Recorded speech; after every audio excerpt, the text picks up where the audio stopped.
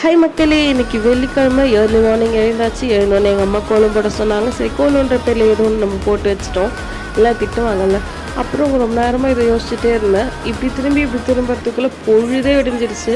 எங்கள் அம்மா போய் சாமி படத்துக்கெலாம் சாம்பிராணி போட்டு கும்பிட்டுட்டு வா அப்படின்னாங்க. ஸோ அதனால் சாம்பிராணிலாம் போட்டு ஸ்டார்ட் பண்ணிட்டேன். ஏன் இன்னைக்கு அவ்வளோ ஸ்பெஷல் கிடையாது. எங்கள் வீட்டில் சாமி படம்லாம் புதுசாக மாற்றி வச்சுருக்கோம். அதனால் இன்றைக்கி பூஜை பண்ணிடலாமா அப்படின்னாங்க அம்மா. ஸோ அதனால் சாம்பிராணிலாம் போட்டு பார்த்துட்டு இருந்தோம்.